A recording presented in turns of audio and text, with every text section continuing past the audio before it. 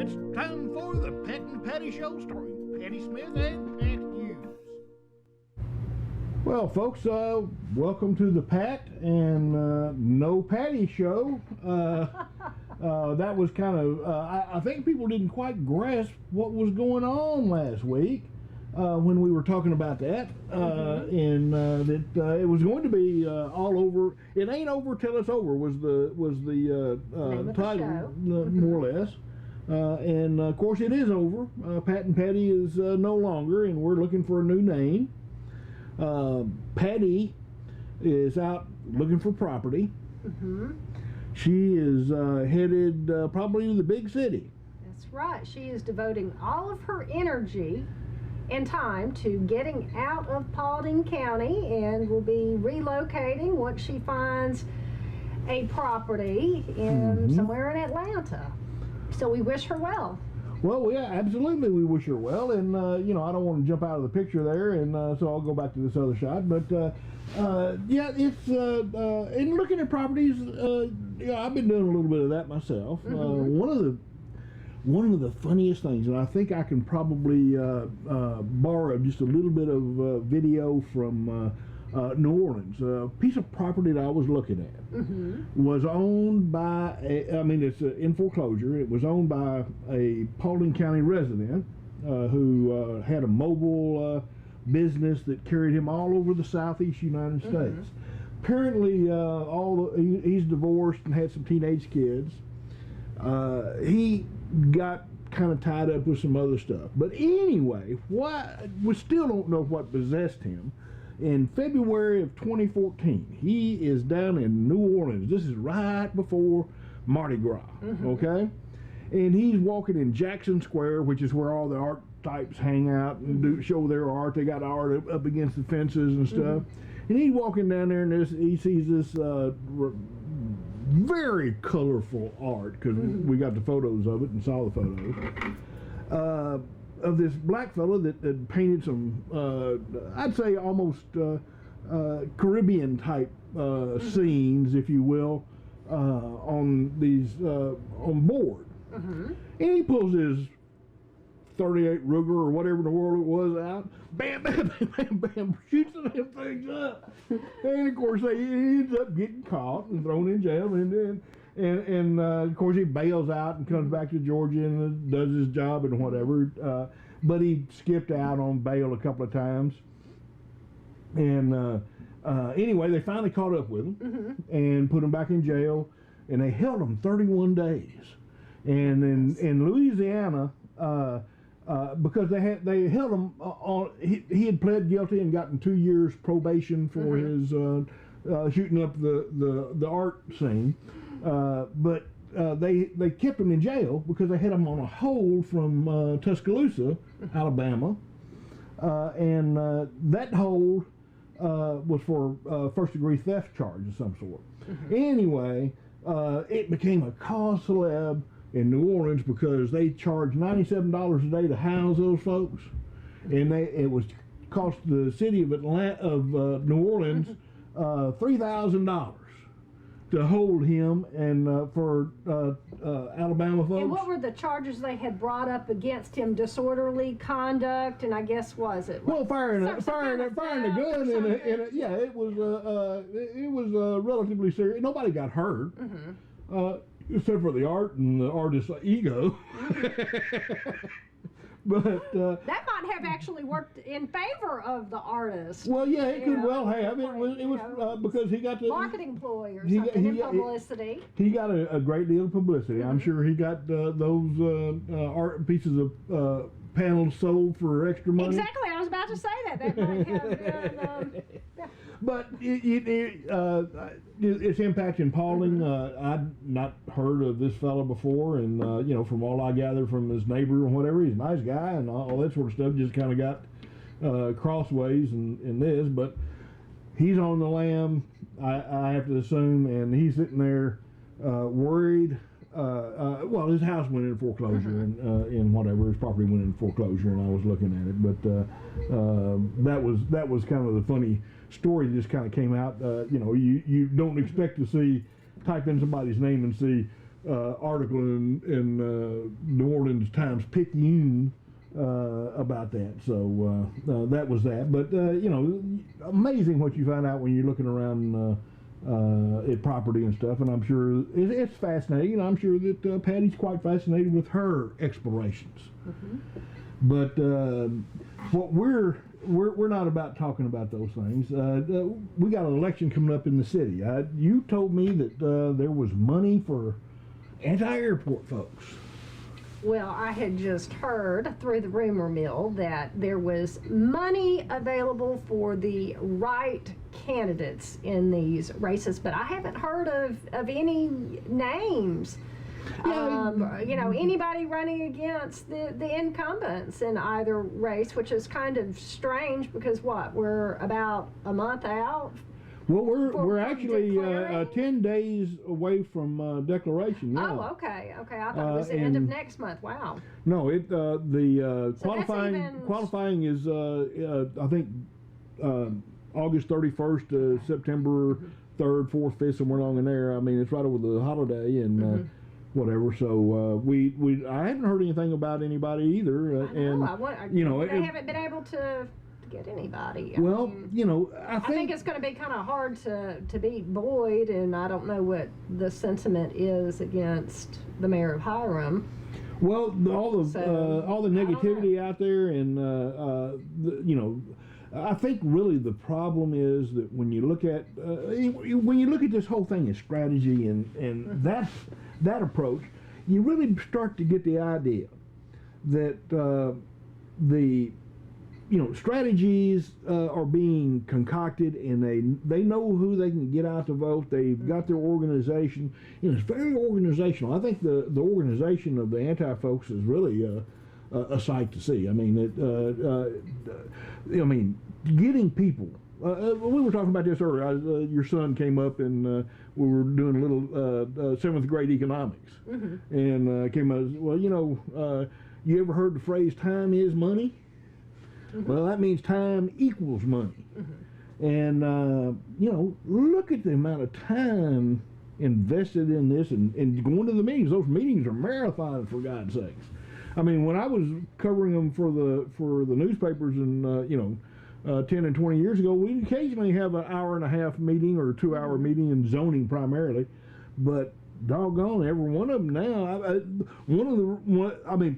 I've made the point that I didn't want to go through and take my belt off and all this sort of stuff, and that's one of the other reason is that the doggone things last hour and a half, 2 hours, and my batteries don't last but an hour. And you know, what am I going to do? Having invested that time, and it ain't over till it's over either. And the length of the meetings is such. I suppose I could go out and spend another $50, 75. I was shooting like 3 cameras, so. But even the small cameras that I use, I would have to use a different set of cameras because they don't necessarily have extra size batteries available for them, and you can't plug them in either. And it kills your day if you've got a 10 a.m. and a 2 p.m. Not only that, but it's a lot easier to edit a 20-minute video than it is a 2-hour video. It takes about even on a good day.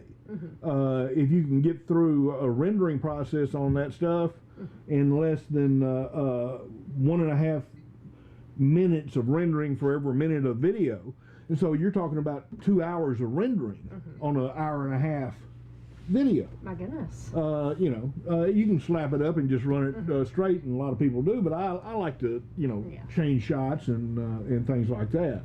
And that adds to the rendering time and stuff. But it's not just that I don't like to go through the thing, but it's the doggone meetings are just being extended as a matter of course. Now I may go up there and talk again. What would you talk about if you went up there?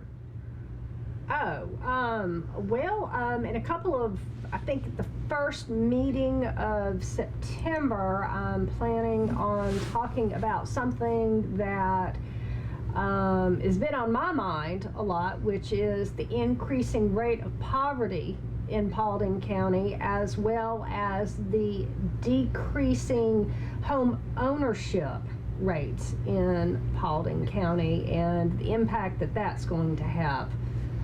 Yeah, on the county. you know.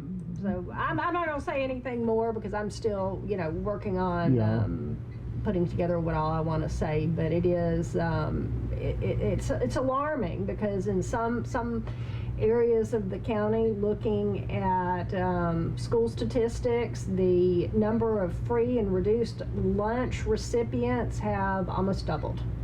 Well, that Since 2006, 2007. The demographics are such that when you start dealing with rental houses, you end up with people. I mean, basically the rents are higher than mortgages, Right.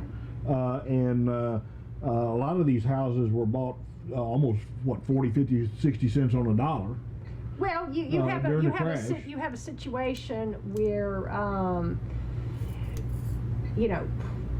in the 2000s, we had a lot of homes in Paulding County that were bought via predatory, subprime, or Alt-A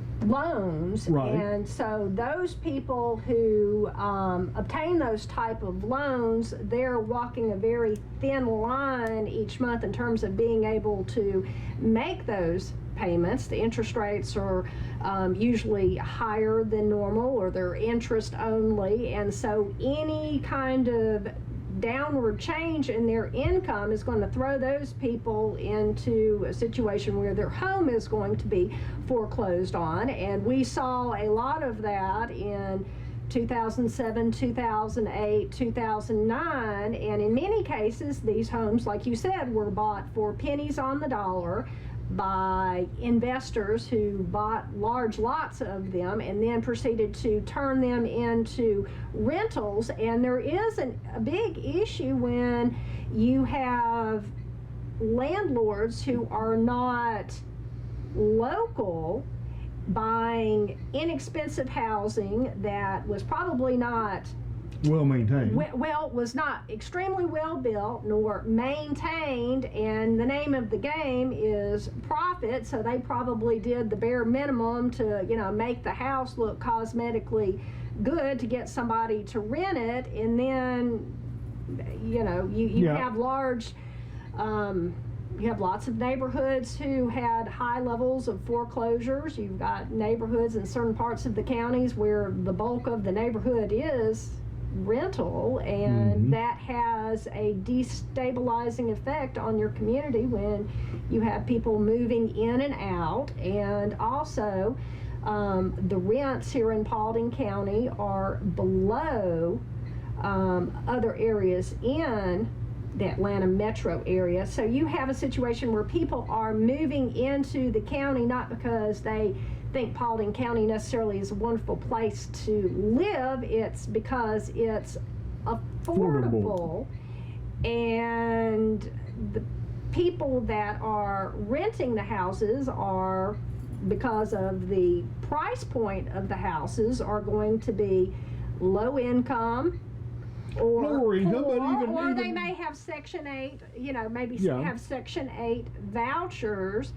And if they're not fortunate enough to have a Section 8 voucher, in many cases these people are paying a disproportionate amount of their income in rent for housing and housing related expenses like utilities. So it's not uncommon for low income individuals to be paying upwards of 50% for rent and or utilities. And when you add the fact that they've got to travel from here probably an extra 10 miles to their job, they don't figure that 55 cents a mile or $5.50 one way, or $10 and $11 a day extra cost in commuting. Right. And $11 a day times 5 days is $60 a week. 4.3, that's $250, $300 right. a month. And when you're penalty above what they were doing where they were. Right, and when you're working on a razor-thin budget, any kind of change in the price of of gas or Well, that's what unexpected happened to us in expenditures. 2006, 2007. And the foreclosure rate in Paulding County is starting to tick up again. So it's going to be interesting to see if we don't have round two of a lot of foreclosures. And also you have to look at the higher income housing that we have in Paulding County. A lot of those subdivisions that were built in 2006, 2007, a lot of people bought those houses on interest-only loans, and the reason that they've been able to stay in those houses in many cases is because the interest rates have stayed low, and therefore when their interest-only loan, their adjustable rate mortgage adjust, it hasn't adjusted up that much to make their mortgage payment unaffordable. So. Yeah. Exactly. But anyway, going back to elections, we did have some news. I mean, we didn't hear anything about the mayors, but lo and behold, we've got people announced for post 1 and commission chairman with the already. one-page ad, yes. Color in the doggone New Erie. Yeah. I mean, that was the one I saw was in the Paulding neighbor. Was there one in the Dallas News also? Yeah, there was one in the Dallas New Era as well. Yeah. Expensive. Oh well, color on the New Era is very special. They may have pre-printed that and had it put out, but that suggests that there might be some money behind Mr. Carmichael, I suppose. Well, I mean, we knew going into it that this next election is just going to be the battle of who has money on both sides and who gets the shaft. The average Paulding County. What it is, but it's also not going to be decisive. You understand? Well, how's that? Well, you got four. You got a 5-man commission. You got a chairman and 4 commissioners. Okay. Okay. So we've got 3 that were elected in 2012 that are now the majority. Yes. And most of the votes have come out 3-2. Now, so you could let's say the pro airport folks or the establishment or whatever you want to call it takes both of those positions back, post 1 and the chairmanship. In other words, Mr. Carmichael or whomever takes that post. It's still going to be 3-2. You're right. That I think I mentioned that before, where we were talking about. This is Tom Murphy's commission. He put it in place in '98 and whatever, and so we've got a. There are different ways to organize a government, and I just wanted to bring that back. Well, I don't think that any of them are going to agree to change something that is stacked in their favor. I mean, well, I understand I think that what you had suggested in terms of going to a larger board of commissioner would certainly make it harder for one group of people to have control. There would be multiple voices on there, and it would be harder for any one of them to have a it would also be more democratic. And yes, and it would be more democratic. It would force people to have to sit down and talk and maybe compromise. It would be more. It would be more democratic, just from the standpoint that the voter turnout, in other words, voter participation, is greater in presidential years than in non-presidential years. And of course we elect our majority in the non-presidential year because we are anti-democratic. No, it's just the way that it is known as the way that we play politics in Georgia is to organize things. That's the reason we don't elect a governor during a presidential year, is because we don't want governors to be out there when you got a whole lot of people voting. Okay. Well, that's what government does. They stack it in their favor. Well, it's incumbents that stack it in their favor, and that's exactly what you said. The incumbents would do that, but it was a interesting thing. But So David Carmichael had a 1-page ad in both the Dallas New Era and the Paulding Neighbor, and probably the Paulding Times, and I'm not sure where he put it. He didn't buy an ad on Paulding.com, so you can't say that they're that I'm in their pocket. Well, I mean, I get that kind of crap all the time. You know, well, you know, spread some money around, guys. I mean, you're buying with the media. I mean, geez. But you know, they. So anyway, so it is kind of interesting that he came out this early with Yes, one page ad declaring his candidacy, and it does make you wonder what the strategy is, because there is a strategy to that, because it puts people on notice that, hey, here I am, I'm pro-airport, I'm ready to go, and all of the connotations that and he's got a hell of a resume. That he does.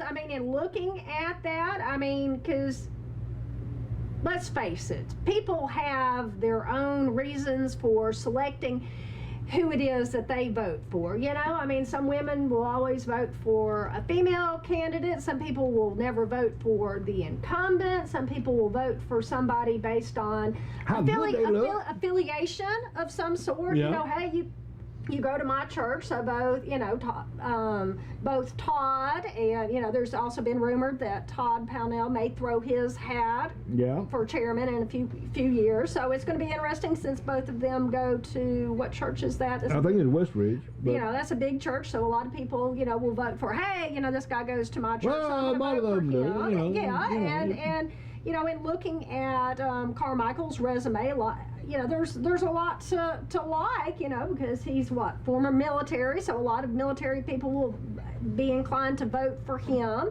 He's also a graduate of Vanderbilt, so I think a lot of people who are not natives to Paulding County, who, you know, are well educated, are going to sit there and see somebody, hey, here's somebody who graduated from basically a tier down from an Ivy League, and that's going to appeal to but a they're going to look at the Georgia beats every year in football.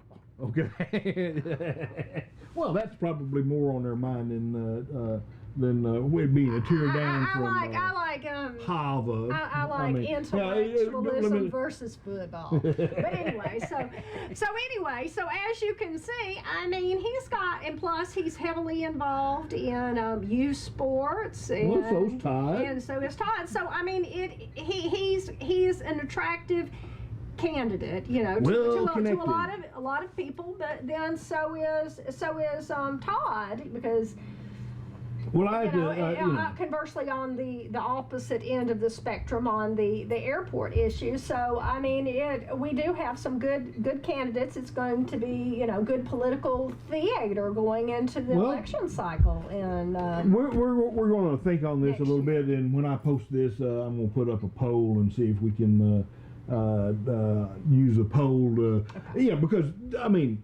All that said, these good church-going men and all this sort of stuff involved in youth, and this has got to be the airport. So is this going to be a dirty election or not? I think when there's money and power involved, that anything is possible. What are the odds of it being a dirty election? Or is that what we need to just ask in the poll? I think it has the capability of being rather dirty, depending upon who else throws their hat. Oh, yeah, that's true. I mean, we talked about this a little bit earlier, and she was talking about naked pictures of people that had been. Well, I mean, we already saw some of that. Early on, before in 2013. Where there were some accusations about people being entertained by hookers. So I mean, you know, that's just politics. I mean, that's just one thing that everybody always throws up, is those kind of allegations. I mean, I think that people have kind of grown immune to, you know, that level of sensationalism. I mean, so, you know, people are going to have to up their games in terms of scandalous accusations to really kind of shock people. I know, and Animal's gone, so we probably won't have. And Animal really missed a bet. He should have signed up for Todd on what was it, Ashley Madison, because now all those names are out there. We did check for Todd's name; it's not there. Oh my God!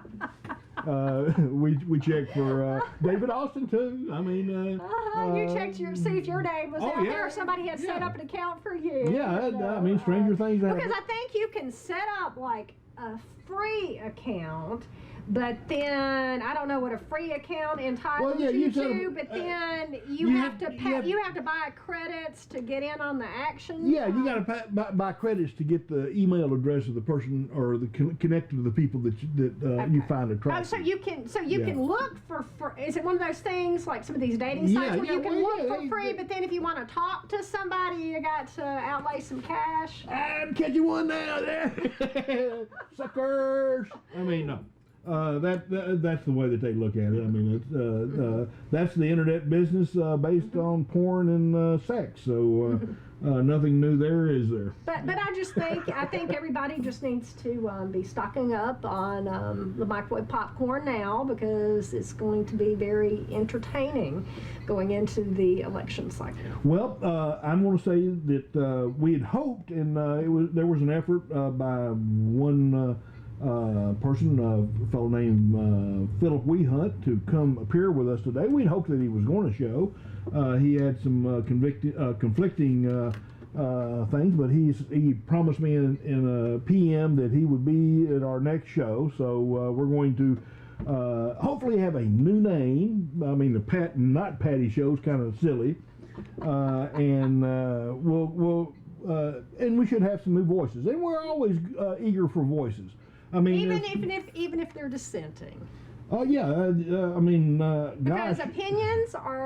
we know what opinions are like. Yes. And we all got one. We're not claiming that ours are superior to well, actually, we are just kind of partial to our own. Yeah, we are partial to our own, but that's anybody. So. But there are certain folks that welcome dissent and feel that you get ahead of the game if you get everybody together, and it's part and parcel of the community approach. And there are other people that say, well, no, it's my way or the highway. Well, because I will admit that, over a period of time, my opinion, kind of moderates, at least, from, being, extremely to one side on just a wide variety of issues. And, people just need to be open to looking at facts. Yeah, facts do make a difference, and facts are not always what are presented. I mean, exactly. Was it $50 million it was going to take to run the thing out there? I thought it was $100 million. Oh, hey, who knows? I mean, who just really knows? Just a couple of zeros. Yeah, I mean, yeah. Anyway. Zeros don't matter, do they, Nigel? Nope. Anyway, that's it for the Pat and Not Patti Show. So with Deena Sanfilippo, which I should have, You said it. You already said it earlier that it was a bad name. But it's a funny name. We gotta all come on camera. You gotta come around. Okay. Right, duck. Okay, there you go. Okay, come on, get behind the counter. Well, you gotta get behind the counter here. Oh. Nobody will see you over there, Nigel. Oh. Yeah, Nigel said he was the one that came up with was the reason for the time equals money. Does time equal money? What are you investing in today? Learning all you can so you can get a scholarship, right? There you go. No. College. No. I'm not even close to that point. But it's never too soon to start strategizing. Say bye. Bye. Bye. Bye, folks. Bye. Bye.